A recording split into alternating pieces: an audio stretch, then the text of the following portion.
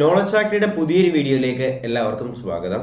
അപ്പോൾ നിങ്ങളിൽ ഏറെക്കുറെ ആൾക്കാരും നമ്മുടെ 10th ലെവൽ പ്രിലിമിനറി പരീക്ഷ എഴുതിയിട്ട് IRB അല്ലെങ്കിൽ ഇന്ത്യ റിസർവ് ബറ്റാലിയൻ എന്ന് പറയുന്ന ഈ ഒരു കാറ്റഗറിയുടെ റെഗുലർ വിങ്ങിലേക്ക് സെലക്ട് ചെയ്യപ്പെട്ടവരായിരിക്കും അല്ലെ. അപ്പോൾ പ്രിലിംസ് പരീക്ഷ എഴുതി ജയിച്ചിട്ടുണ്ട്. മെയിൻസ് പരീക്ഷയ്ക്ക് നമുക്ക് IRBയിൽ എന്തൊക്കെയാണ് പഠിക്കേണ്ടത്, എവിടെ നിന്ന് നമ്മൾ IRB പഠിച്ചു തുടങ്ങണം എന്നൊക്കെയാണ് നമ്മൾ ഇന്ന് ഈ വീഡിയോയിൽ ചർച്ച ചെയ്യാനായിട്ട് പോകുന്നത്. അതിനു മുന്നേ ഞാൻ ഇവിടെ IRBയുടെ റിസൾട്ട് കാണിക്കുന്നുണ്ട്. കണ്ടല്ലോ, നിങ്ങളിപ്പോൾ ഞാൻ ഇതിനെക്കുറിച്ച് ഓൾറെഡി ഒരു വീഡിയോ ചെയ്തതാണ്. 466/2021 എന്ന് പറയുന്ന കാറ്റഗറി നമ്പറാണ് നമ്മുടെ IRBക്ക് ഉണ്ടായിരുന്നത്.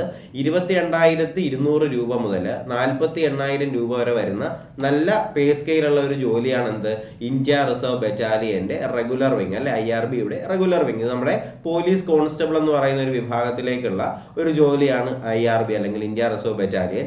ഇതിന്റെ കട്ട് ഓഫ് വന്നിട്ടുണ്ടായിരുന്നത് 32 മാർക്കാണ്. 32 സംതിങ് ആണ് അല്ലെ, 32.8 അങ്ങനെ എന്തോ ആണ്. 32.86 ആയിരുന്നു നമ്മുടെ IRBയുടെ കട്ട് ഓഫ് വന്നിട്ടുണ്ടായിരുന്ന മാർക്ക്. അപ്പൊ എന്തായാലും നമുക്ക് നോക്കാം IRBക്ക് എന്തൊക്കെയാണ് പഠിക്കേണ്ടതെന്ന് നോക്കാം.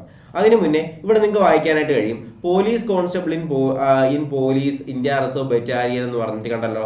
അതുപോലെ തന്നെ അവർക്കും, അതുപോലെ senior civil police officer in Kerala പോലീസും, അതുപോലെ തന്നെ പോലീസ് കോൺസ്റ്റബിൾ നമ്മുടെ IRB ഇന്ത്യ റിസർവ് ബറ്റാലിയന്റെ റെഗുലർ വിങ്ങിനും, ഹവിൽദാർ ആംഡ് പോലീസ് ബറ്റാലിയനും കോമൺ ആയിട്ടുള്ള ഒരു സിലബസ് ആണ് നമ്മുടെ IRBക്ക് നമ്മൾ ഫോളോ ചെയ്യേണ്ടത്. അപ്പോൾ ഈ ഒരു സിലബസിനകത്ത് എന്തൊക്കെ വരുന്നു എന്ന് നമുക്ക് നോക്കാം. ആദ്യം തന്നെ നമുക്ക് നോക്കേണ്ടത് പൊതുവിജ്ഞാനം അല്ലെങ്കിൽ കറണ്ട് അഫയേഴ്സിന് വളരെയധികം ഇമ്പോർട്ടൻസ് ഉണ്ട് കേട്ടോ. കറണ്ട് അഫയേഴ്സിൽ നിന്ന് ക്വസ്റ്റ്യൻസ് ഉണ്ടാവും. അതുപോലെ തന്നെ ചരിത്രം, ഹിസ്റ്ററിയിൽ നിന്ന് 5 മാർക്ക്, ജിയോഗ്രഫിയിൽ നിന്ന് 5 മാർക്കിന് ഉണ്ടാവും, നമ്മുടെ എക്കണോമിക്സിൽ നിന്ന് 5 മാർക്കിന് ക്വസ്റ്റ്യൻ ഉണ്ടാവും, ഇന്ത്യൻ കോൺസ്റ്റിറ്റ്യൂഷനിൽ നിന്ന് 8 മാർക്കിന് ക്വസ്റ്റ്യൻ ഉണ്ടാവും, കേരള അതുപോലെ തന്നെ ഭരണവും ഭരണ സംവിധാനവും എന്ന് പറയുന്ന ടോപ്പിക്കിൽ നിന്ന് 3 മാർക്കിന് പരീക്ഷ ചോദ്യങ്ങൾ ഉണ്ടാവും, ജീവശാസ്ത്രവും പൊതുജനാരോഗ്യത്തിൽ നിന്നും 4 മാർക്കിന് ക്വസ്റ്റ്യൻ ഉണ്ടാവും, ഭൗതിക ശാസ്ത്രം അല്ലെങ്കിൽ ഫിസിക്സിൽ നിന്ന് 3 മാർക്കിന് ക്വസ്റ്റ്യൻ ഉണ്ടാവും, രസതന്ത്രം കെമിസ്ട്രിയിൽ നിന്ന് 3 മാർക്കിന് ക്വസ്റ്റ്യൻ ഉണ്ടാവും, കല, കായികം, സാഹിത്യം, സംസ്കാരം എന്നീ വിഭാഗത്തിൽ നിന്ന് 4 മാർക്കിനും IRBക്ക് ക്വസ്റ്റ്യൻ ഉണ്ടാവും. മാത്രമല്ല ആനുകാലിക വിഷയങ്ങൾ അല്ലെങ്കിൽ കറണ്ട് അഫയേഴ്സ് എന്ന് പറയുന്ന ടോപ്പിക്കിൽ നിന്ന് 10 മാർക്കിനാണ് ചോദ്യം ഉണ്ടാവുക എന്നാണ് ഇതിനകത്ത് കൊടുത്തിട്ടുള്ളത്. വളരെ വ്യക്തമായിട്ട് കൊടുത്തിട്ടുണ്ട്. കറണ്ട് അഫയേഴ്സിൽ നിന്ന് ക്വസ്റ്റ്യൻസ് ഉണ്ടായിരിക്കും. അതുപോലെ തന്നെ നമ്മുടെ ലഘുഗണിതവും മാനസിക ശേഷിയും നിരീക്ഷണ പാഠവ പരിശോധന എന്ന് പറഞ്ഞിട്ട് അതും 10 മാർക്കിനുണ്ട്. ഓക്കെ, അപ്പൊ നമ്മുടെ ആപ്റ്റിറ്റ്യൂഡ്, ഓക്കെ, നമ്മുടെ മെന്റൽ എബിലിറ്റി പോലുള്ള ക്വസ്റ്റ്യൻസും IRBക്കകത്ത് പ്രതീക്ഷിക്കാം. ജനറൽ ഇംഗ്ലീഷിൽ നിന്ന് ക്വസ്റ്റ്യൻസ് ഉണ്ടാവും. അതുപോലെ തന്നെ പ്രാദേശിക ഭാഷ അല്ലെങ്കിൽ മലയാളത്തിൽ നിന്ന് തീർച്ചയായിട്ടും 10 മാർക്കിന് ക്വസ്റ്റ്യൻ ഉണ്ട്. അതുപോലെ തന്നെ സ്പെഷ്യൽ ടോപ്പിക്ക് വളരെയധികം ഇമ്പോർട്ടൻ്റ് ആയിട്ട് നമുക്ക് പഠിക്കേണ്ടതായിട്ടുണ്ട്. സ്പെഷ്യൽ ടോപ്പിക്കിന് 20 മാർക്കാണ് IRBക്ക് ഉള്ളത്. ഈ സ്പെഷ്യൽ ടോപ്പിക്കിന്റെ വീഡിയോസ് നിങ്ങൾക്ക് വേണ്ടേ? ഈ ക്ലാസ് എവിടെ കിട്ടുമെന്ന് അറിയാമോ? നമ്മുടെ ചാനലിൽ തന്നെ, ചാനലിലെ പ്ലേലിസ്റ്റ് നിങ്ങളൊന്ന് കാണുക. പ്ലേലിസ്റ്റിനകത്ത് സിവിൽ പോലീസ് ഓഫീസർ അല്ലെങ്കിൽ CPO സ്പെഷ്യൽ വീഡിയോസ് എന്ന് പറഞ്ഞിട്ട് ഒരു പ്ലേലിസ്റ്റ് ഉണ്ട്. ഏകദേശം 40-ൽ കൂടുതൽ വീഡിയോസ് നമ്മുടെ പോലീസുമായിട്ട് ബന്ധപ്പെടുത്തിയിട്ടുള്ള സ്പെഷ്യൽ ക്ലാസിന്റെ 40-ൽ കൂടുതൽ വീഡിയോസ് ആണ് ഞാൻ ഈ ചാനലിൽ അപ്ലോഡ് ചെയ്തിട്ടുള്ളത്. തീർച്ചയായിട്ടും ഈ 40 വീഡിയോസും അതിനകത്ത് അപ്ലോഡ് ചെയ്തിട്ടുള്ള എല്ലാ വീഡിയോസും ഒരു ദിവസം ഒരു വീഡിയോ എന്ന് പറയുന്ന കണക്കിൽ നിങ്ങൾ എന്ത് ചെയ്യുക, സ്പെഷ്യൽ ടോപ്പിക് ഇന്ന് മുതൽ സ്റ്റാർട്ട് ചെയ്യുക. ഓക്കെ, അപ്പൊ ആ കാര്യം കൂടി നിങ്ങളൊന്ന് ശ്രദ്ധിക്കുക. ഓക്കെ അല്ലേ? അപ്പോൾ സ്പെഷ്യൽ ടോപ്പിക് ആ രീതിയിലാണ് ചോദ്യം ഉണ്ടാവുക. അപ്പോൾ ഇതിനകത്ത് കൊടുത്തിട്ടുണ്ട് നമുക്കിനി ഓരോ ടോപ്പിക്കിനകത്ത് നിന്നും എത്രയൊക്കെ സബ്സെക്ഷൻസ് ആ വരുന്നുവെന്നും ഏതൊക്കെയാണ് നമ്മൾ ചരിത്രത്തിനകത്ത് പഠിക്കേണ്ടതെന്നൊക്കെയാണ് നമ്മൾ നോക്കാനായിട്ട് പോകുന്നത്. ആദ്യമായിട്ട് നമുക്ക് നോക്കാം ഹിസ്റ്ററി. ചരിത്രത്തിൽ നിന്ന് 5 മാർക്കിന് ചോദ്യം ഉണ്ടാവുമെന്ന് പറഞ്ഞിട്ടുണ്ട്. അപ്പൊ ചരിത്രത്തിന് ചോദിക്കാനായിട്ട് പോകുന്ന പോർഷൻ എന്ന് പറയുന്നത് നമ്മുടെ കേരളം, യൂറോപ്യന്മാരുടെ വരവ്, യൂറോപ്യന്മാരുടെ സംഭാവന, മാർത്താണ്ഡവർമ്മ മുതൽ ശ്രീചിത്ര തിരുനാൾ വരെ, അതുപോലെ തന്നെ തിരുവിതാംകൂറിന്റെ ചരിത്രം പഠിക്കാനുണ്ട്, സാമൂഹ്യ മത നവോത്ഥാന പ്രസ്ഥാനങ്ങൾ അത് പഠിക്കാനുണ്ട്, കേരളത്തിലെ ദേശീയ പ്രസ്ഥാനങ്ങൾ പഠിക്കാനുണ്ട്, കേരള ചരിത്രത്തിന്റെ സാഹിത്യ സ്രോതസ്സുകൾ പഠിക്കാനുണ്ട്, ഐക്യ കേരള പ്രസ്ഥാനം, 1956 ശേഷമുള്ള കേരളത്തിന്റെ സാമൂഹ്യ രാഷ്ട്രീയ ചരിത്രവും നമ്മൾ എന്ത് ചെയ്യാനുണ്ട്, കേരളം കേരളം എന്ന് പറയുന്ന ടോപ്പിക്കുമായിട്ട് ബന്ധപ്പെടുത്തിയിട്ട് പൊതുവിജ്ഞാനം എന്ന് പറയുന്ന ടോപ്പിക്കിനകത്ത് നിന്ന് പഠിക്കാനുണ്ട്. അതിനുശേഷം നമുക്ക് നോക്കേണ്ടത് ഇന്ത്യ എന്ന് പറയുന്ന ടോപ്പിക്കിനകത്ത് നിന്ന് നമുക്ക് പഠിക്കേണ്ട പോയിന്റുകൾ ഇതൊക്കെയാണ്. ഇന്ത്യയുടെ രാഷ്ട്രീയ ചരിത്രം പഠിക്കണം, ബ്രിട്ടീഷ് ആധിപത്യ സമയത്ത് ഇന്ത്യയെ പഠിക്കണം, ഒന്നാം സ്വാതന്ത്ര്യ സമരം പഠിച്ചിരിക്കണം, ഇന്ത്യൻ നാഷണൽ കോൺഗ്രസ് വളരെ ഇമ്പോർട്ടന്റ് ആണ് പഠിക്കണം, സ്വദേശി പ്രസ്ഥാനം പഠിക്കണം, സാമൂഹ്യ പരിഷ്കരണ പ്രസ്ഥാനങ്ങൾ പഠിച്ചിരിക്കണം, വർത്തമാന പത്രങ്ങൾ, അതുപോലെ തന്നെ സ്വാതന്ത്ര്യ സമര ചരിത്രകാലത്തെ സാഹിത്യവും കലയും, സ്വാതന്ത്ര്യ സമരവും മഹാത്മാഗാന്ധിയും, ഇന്ത്യയുടെ സ്വാതന്ത്ര്യാനന്തര കാലഘട്ടം, അതുപോലെ തന്നെ നമ്മുടെ സംസ്ഥാനങ്ങളുടെ പുനഃസംഘടന, ശാസ്ത്ര വിദ്യാഭ്യാസ രംഗമേഖലയിലെ പുരോഗതി, വിദേശ നയം എന്നീ ടോപ്പിക്കിൽ നിന്നും ഇന്ത്യയിൽ നിന്ന് ചോദ്യങ്ങൾ ഉണ്ടാവും. ലോകം എന്ന് പറയുന്ന ടോപ്പിക്കിനകത്ത് നമുക്ക് പഠിക്കേണ്ട ഈ ടോപ്പിക്കുകളെല്ലാം നമ്മുടെ 10ാം ക്ലാസ്സിലെ ഒന്നാമത്തെ പാഠഭാഗമാണ്. ഇത് ഡീറ്റെയിൽ ആയിട്ട് നമ്മളൊരു ക്ലാസ്സിൽ ചെയ്തിട്ടുണ്ട്. 10th ക്ലാസ് SCRT എന്ന് പറഞ്ഞിട്ട് ഒരു പ്ലേലിസ്റ്റ് നമ്മുടെ ചാനലുണ്ട്. അതിനകത്ത് നോക്കിയാൽ നിങ്ങൾക്ക് അതിനകത്ത് ഇംഗ്ലണ്ടിലെ മഹത്തായ വിപ്ലവം അല്ലെങ്കിൽ ഗ്രേറ്റ് റവല്യൂഷൻ ഓഫ് ഇംഗ്ലണ്ട് കാണാം, അമേരിക്കൻ സ്വാതന്ത്ര്യ സമരം അതിനകത്തുണ്ട്, ഫ്രഞ്ച് വിപ്ലവം അതിനകത്തുണ്ട്, റഷ്യൻ വിപ്ലവം അതിനകത്തുണ്ട്, ചൈനീസ് വിപ്ലവം ഉണ്ട്, 2ാം ലോക മഹായുദ്ധ സമയത്തുള്ള കാര്യം അതിനകത്തുണ്ട്, ഐക്യരാഷ്ട്ര സംഘടനയും മറ്റ് അന്താരാഷ്ട്ര സംഘടനകളെ കുറിച്ചും ടോപ്പിക് ഉണ്ട്. അപ്പൊ ലോകം എന്ന് പറയുന്ന ടോപ്പിക് നമ്മൾ ഓൾറെഡി കംപ്ലീറ്റ് ചെയ്തിട്ടുള്ളതാണ് SCRT വെച്ചിട്ട്. അപ്പോൾ ആ ടോപ്പിക്ക് കൂടി നിങ്ങൾ എന്ത് ചെയ്യണം, ലോകവുമായിട്ട് ബന്ധപ്പെടുത്തിയിട്ട് കവർ ചെയ്യണം. അടുത്ത ജോഗ്രഫിയിൽ നിന്ന് 5 മാർക്കിന് ചോദിക്കുമെന്ന് പറയുന്നുണ്ട്. ജോഗ്രഫിയിൽ നിന്ന് ചോദിക്കാനായിട്ട് പോകുന്ന പോയിന്റുകൾ ഇതൊക്കെയാണ്. ഭൂമിശാസ്ത്രത്തിന്റെ അടിസ്ഥാന വിവരങ്ങൾ, ഭൂമിയുടെ ഘടന, അന്തരീക്ഷം, പാറകൾ, ഭൗമോപരിതലം, അതുപോലെ തന്നെ അന്തരീക്ഷ മർദ്ദവും കാറ്റും, താപനിലയും ഋതുക്കളും, ആഗോള പ്രശ്നങ്ങൾ, ആഗോള താപനം, അതുപോലെ തന്നെ വിവിധതരം മലിനീകരണങ്ങൾ, മാപ്പുകൾ, ടോപ്പോഗ്രാഫിക് മാപ്പുകൾ, അടയാളങ്ങൾ, വിദൂര സംവേദനം, ഭൂമിശാസ്ത്രപരമായിട്ടുള്ള വിവര സംവിധാനം, മഹാസമുദ്രങ്ങൾ, സമുദ്ര ചലനങ്ങൾ, ഭൂഖണ്ഡങ്ങൾ, അതുപോലെ തന്നെ ലോകരാഷ്ട്രങ്ങളും അവയുടെ സവിശേഷതകളും.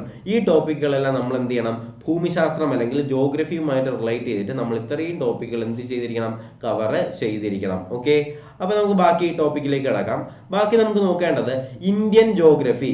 ഇന്ത്യൻ ജോഗ്രഫിയുമായിട്ട് ബന്ധപ്പെടുത്തിയിട്ട് ഇന്ത്യയുടെ ഭൂപ്രകൃതി, സംസ്ഥാനങ്ങൾ അവയുടെ സവിശേഷതകൾ, ഉത്തരപർവ്വത മേഖല, നദികൾ, ഉത്തര മഹാസമതലം, ഉപദ്വീപീയ പീഠഭൂമി, തീരദേശം, കാലാവസ്ഥ, സ്വാഭാവിക സസ്യപ്രകൃതി, കൃഷി, ധാതുക്കളും വ്യവസായങ്ങളും, ഊർജ സ്രോതസ്സുകൾ, റോഡ്, ജലം, റെയിൽവേ, വ്യോമഗതാഗത സംവിധാനങ്ങൾ എന്നൊക്കെ പറഞ്ഞിട്ട് നല്ല വാസ്റ്റ് സിലബസ് ആണ് നമുക്ക് പഠിക്കേണ്ടത്. പക്ഷെ ഒന്ന് അറേഞ്ച് ചെയ്ത് പഠിച്ചാൽ നമുക്ക് കൃത്യമായിട്ട് കവർ ചെയ്യാൻ പറ്റുന്ന ടോപ്പിക്കുകളുമാണ്.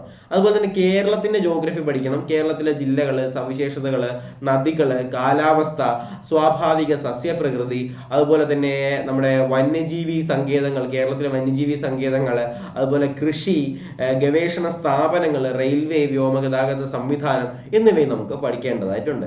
എക്കണോമിക്സിനകത്ത് നിന്ന് 5 മാർക്കിന് ചോദ്യങ്ങൾ ഉണ്ടാവുമെന്ന് പറയുന്നുണ്ട്.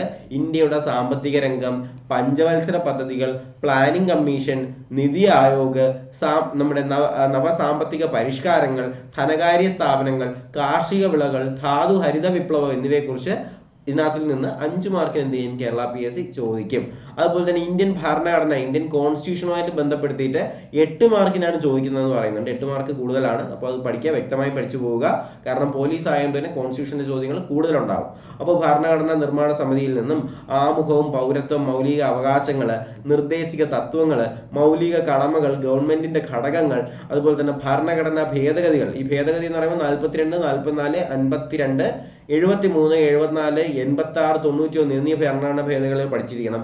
അതുപോലെ തന്നെ പഞ്ചായത്തി രാജ്, ഭരണഘടനാ സ്ഥാപനങ്ങളും അവയുടെ ചുമതലകളും, union list, state list, concurrent list എന്നിവ പഠിച്ചു കഴിഞ്ഞാൽ നമുക്ക് എന്ത് ചെയ്യാം, ഭരണഘടനയുടെ 8 മാർക്ക് ഇവിടെ നമുക്ക് ഉറപ്പിക്കാം. അതുപോലെ തന്നെ കേരളം, ഭരണവും ഭരണ സംവിധാനത്തിൽ നിന്നും 3 മാർക്കിനാണ് ചോദ്യങ്ങൾ ഉണ്ടാവുക. ഈ ഭരണ സംവിധാനത്തിനകത്ത് വരുന്നത് നമ്മുടെ കേരളം, സംസ്ഥാന സിവിൽ സർവീസ് ഭരണഘടനാ സ്ഥാപനങ്ങൾ, വിവിധ കമ്മീഷനുകൾ, സാമൂഹിക സാമ്പത്തിക വാണിജ്യ ആസൂത്രണ അടിസ്ഥാനത്തിലുള്ള വിവരങ്ങൾ, ദുരന്ത നിവാരണ അതോറിറ്റി, തണ്ണീർത്തട സംരക്ഷണം, തൊഴിലും ജോലിയും, ദേശീയ ഗ്രാമീണ തൊഴിൽ പദ്ധതികൾ, പരിഷ്കരണങ്ങൾ, അതുപോലെ തന്നെ സ്ത്രീകൾ, കുട്ടികൾ, മുതിർന്ന പൗരന്മാർ എന്നിവരുടെ സംരക്ഷണം, സാമൂഹ്യ ക്ഷേമ, സാമൂഹ്യ സുരക്ഷിതത്വം എന്നിവയെ കുറിച്ച് നമ്മൾ എന്ത് ചെയ്യുക, പഠിച്ചിരിക്കുക. ഇതിൽ നിന്ന് എന്ത് ചെയ്യുന്നു, 3 മാർക്കിന് ചോദ്യങ്ങൾ ഉണ്ടാവും. ബയോളജി അല്ലെങ്കിൽ ജീവശാസ്ത്രവും പൊതുജന ആരോഗ്യവും എന്ന് പറയുന്ന ടോപ്പിക്കിൽ നിന്ന് 4 മാർക്കിനുണ്ട്. മനുഷ്യ ശരീരത്തെ കുറിച്ചുള്ള അറിവ്, ജീവകങ്ങളും ധാതുക്കളും, സാംക്രമിക രോഗങ്ങളും രോഗകാരികളും, കേരളത്തിലെ ആരോഗ്യക്ഷേമ പ്രവർത്തനങ്ങൾ, ജീവിതശൈലി രോഗങ്ങൾ, അടിസ്ഥാന ആരോഗ്യ വിജ്ഞാനം, അതുപോലെ തന്നെ പരിസ്ഥിതിയും പരിസ്ഥിതി പ്രശ്നങ്ങളിൽ നിന്നും 4 മാർക്കാണ് നമുക്ക് ചോദ്യങ്ങൾ വരാനായിട്ട് പോകുന്നത്. അടുത്ത ഭൗതിക ശാസ്ത്രം, ഫിസിക്സിൽ നിന്ന് 3 മാർക്കിന് ക്വസ്റ്റ്യൻസ് ഉണ്ടാവും എന്ന് പറയുന്നു. ഭൗതിക ശാസ്ത്രത്തിന്റെ ശാഖകൾ, ദ്രവ്യം, യൂണിറ്റ്, അളവുകളും തോതുകളും, ന്യൂട്ടന്റെ ചലന നിയമം, പ്രൊജക്ടൈൽ മോഷൻ, സന്ദർഭങ്ങൾ, അതുപോലെ തന്നെ ISROയുടെ ബഹിരാകാശ നേട്ടങ്ങൾ, പ്രകാശത്തിനെ കുറിച്ച് നമുക്ക് ടോപ്പിക്കുകൾ ചോദ്യങ്ങൾ ഉണ്ടാവും. അതുപോലെ തന്നെ ശബ്ദത്തെ കുറിച്ച് ചോദ്യങ്ങളുണ്ട്, ബലത്തെ കുറിച്ച് പഠിക്കണം, ഗുരുത്വാകർഷണം പഠിക്കണം, താപം പഠിക്കണം, പ്രവൃത്തി പഠിക്കണം. ഇത്രയും പഠിച്ചു കഴിഞ്ഞാൽ നമുക്ക് ഫിസിക്സിനകത്ത് നിന്നുള്ള 3 മാർക്ക് അടിച്ചെടുക്കാം. രസതന്ത്രം, കെമിസ്ട്രിയിൽ നിന്ന് 3 മാർക്ക് ഉണ്ട്. ആറ്റത്തെ കുറിച്ച്, മൂലകങ്ങളെ കുറിച്ച്, ലോഹങ്ങളെ കുറിച്ച് ഇത്രയും പഠിച്ചു കഴിഞ്ഞാൽ നമുക്ക് നമ്മുടെ കെമിസ്ട്രിയിൽ 3 മാർക്ക് നമുക്ക് അടിച്ചെടുക്കാം. അതിനുശേഷം വന്നിട്ടുള്ളത് കലാ, കായികം, സാഹിത്യം, സംസ്കാരം. ഇത് വ്യക്തമായിട്ട് പഠിച്ചിരിക്കുക. കലാ, കായികം, സാഹിത്യം, സംസ്കാരം ചോദ്യങ്ങൾ ഉണ്ടാവും. കലയുമായിട്ട് ബന്ധപ്പെടുത്തിയിട്ടുള്ളതും കായികവുമായിട്ട് ബന്ധപ്പെടുത്തിയിട്ടുള്ളതും സാഹിത്യ സംസ്കാരവുമായിട്ട് ബന്ധപ്പെടുത്തിയിട്ടുള്ള രീതിയിൽ കറണ്ട് അഫയേഴ്സിൽ നിന്നും ക്വസ്റ്റ്യൻസ് പ്രതീക്ഷിച്ച് വേണം പോകാനായിട്ട്. നമ്മുടെ എന്താണ് ലിറ്റററി അവാർഡ്സ് എന്ന് പറഞ്ഞൊരു വീഡിയോ ചെയ്തിട്ടുണ്ട്. ആ വീഡിയോ തീർച്ചയായിട്ടും കാണുക. എല്ലാ അവാർഡ്സും പ്രധാനപ്പെട്ട മിക്ക അവാർഡ്സുകളും ഞാൻ അതിനകത്ത് ഡിസ്കസ് ചെയ്യുന്നുണ്ട്. അടുത്ത കല എന്ന് പറയുന്ന ടോപ്പിക്കിനകത്ത് കേരളത്തിലെ പ്രധാന ദൃശ്യ ശ്രവ്യ കലകൾ, ഇവയുടെ ഉത്ഭവം, പ്രശസ്ത സ്ഥാപനങ്ങള്, വ്യക്തിത്വങ്ങള്, കലാകാരന്മാര്, എഴുത്തുകാരന്മാരൊക്കെ എന്ത് ചെയ്യേണ്ടി വരും? കല എന്ന് പറയുന്ന ടോപ്പിക്കിനകത്ത് പഠിക്കേണ്ടി വരും. കായിക രംഗത്താണെങ്കിൽ കായിക രംഗത്ത് വ്യക്തിമുദ്ര പതിപ്പിച്ച കേരളത്തിലെയും ലോകത്തിലെയും പ്രധാന കായിക താരങ്ങൾ, അവരുടെ നേട്ടങ്ങൾ, പ്രധാന അവാർഡുകൾ, പ്രധാന ട്രോഫികൾ, കായിക ഇനങ്ങൾ, കളിയുമായിട്ട് ബന്ധപ്പെടുത്തിയിട്ടുള്ള പദങ്ങൾ, ഒളിമ്പിക്സുമായിട്ട് ബന്ധപ്പെടുത്തിയിട്ടുള്ള അടിസ്ഥാന വിവരങ്ങൾ, അതുപോലെ തന്നെ ഏഷ്യൻ ഗെയിംസ്, വേദി, രാജ്യം, ദേശീയ ഗെയിംസ് ഇനങ്ങൾ, അതുപോലെ തന്നെ ഓരോ രാജ്യത്തിന്റെയും ദേശീയ കായിക ഇനങ്ങൾ, വിനോദങ്ങൾ എന്നിവ എന്ത് ചെയ്യും? ചോദ്യങ്ങൾ പ്രതീക്ഷിക്കേണ്ടതാണ്. സാഹിത്യം എന്ന് പറയുന്ന ടോപ്പിക്കിൽ നമുക്കറിയാം ലിറ്ററേച്ചറുമായിട്ട് ബന്ധപ്പെടുത്തിയിട്ടുള്ള എല്ലാ അവാർഡുകളെ കുറിച്ചും സാഹിത്യം എന്ന് പറയുന്ന ടോപ്പിക്കിൽ നിന്ന് ചോദ്യങ്ങൾ വരാം. എഴുത്തുകാരും കൃതികളും ചോദിക്കാം. അങ്ങനെയുള്ള രീതിയിൽ സാഹിത്യത്തിൽ നിന്നും ചോദ്യങ്ങൾ ഉണ്ടാവും.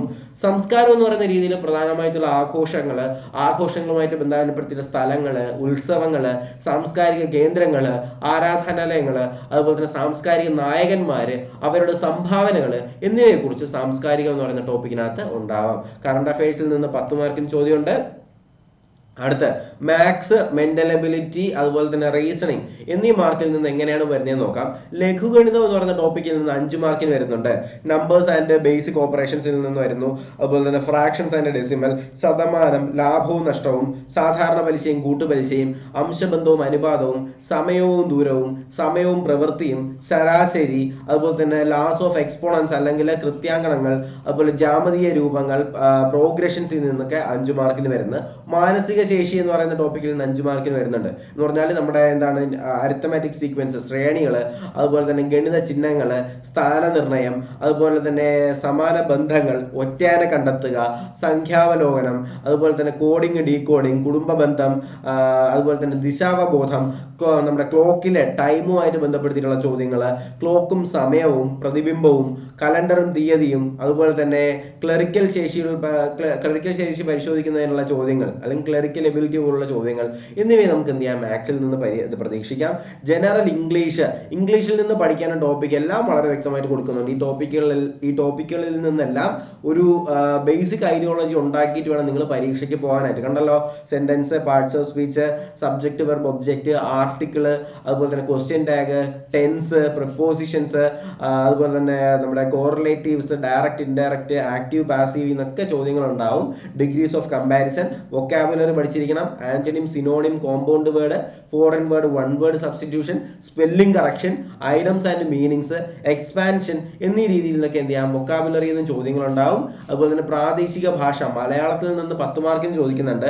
പദശുദ്ധി, വാക്യശുദ്ധി, പരിഭാഷ, ഒറ്റപ്പദം, പര്യായം, അതുപോലെ തന്നെ നമ്മുടെ ശൈലി, പഴഞ്ചൊല്ലുകള്, വിപരീത പദങ്ങള്, സമാന പദം, ചേർത്തെഴുതുക, സ്ത്രീലിംഗം, പുല്ലിംഗം, വചനം, പിരിച്ചെഴുതൽ, ഘടകപദത്തിൽ നിന്നൊക്കെ എന്ത് ചെയ്യുന്നുണ്ട്?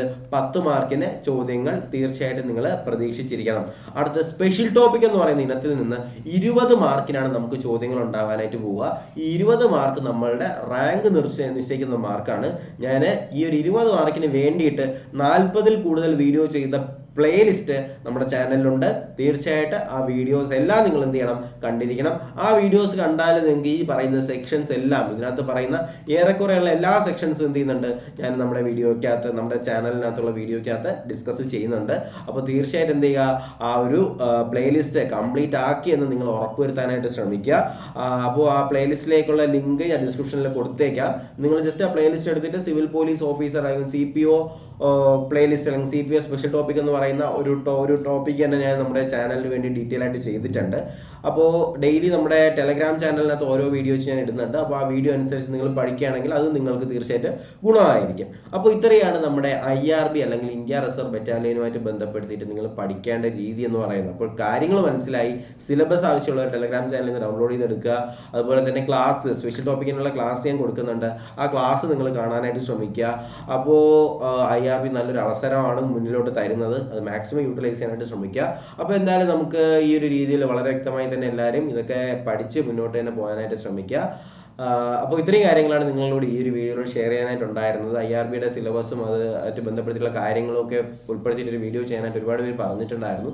അതിൻ്റെ ഒരു അടിസ്ഥാനത്തിലാണ് ഈ ഒരു വീഡിയോ ചെയ്യുന്നത്. അപ്പോൾ എന്തായാലും വളരെ നന്നായിട്ട് തന്നെ പഠിക്കുക. ബാക്കി റിസൾട്ടുകൾ ഉടനെ വരുന്ന ദിവസങ്ങളിൽ തന്നെ ഉണ്ടാവും. അപ്പോൾ അപ്ഡേഷൻസ് തീർച്ചയായിട്ടും നിങ്ങൾക്ക് ലഭിക്കുന്നതിനായിട്ട് നമ്മുടെ ചാനൽ ഒന്ന് സബ്സ്ക്രൈബ് ചെയ്യാനായിട്ട് മറക്കരുത്. ബെൽ ബട്ടൺ കൂടി എനേബിൾ ചെയ്തുകൊണ്ട് വീഡിയോസ് വരുന്നുണ്ടെന്ന കാര്യത്തിൽ ഉറപ്പുവരുത്തുക. അപ്പോൾ പുതിയൊരു വീഡിയോ ക്ലാസ്സൊക്കെ ആയിട്ട് ഉടനെ എന്നെ കാണാം. അതുവരേക്കും എല്ലാവർക്കും bye bye, good bye, take care.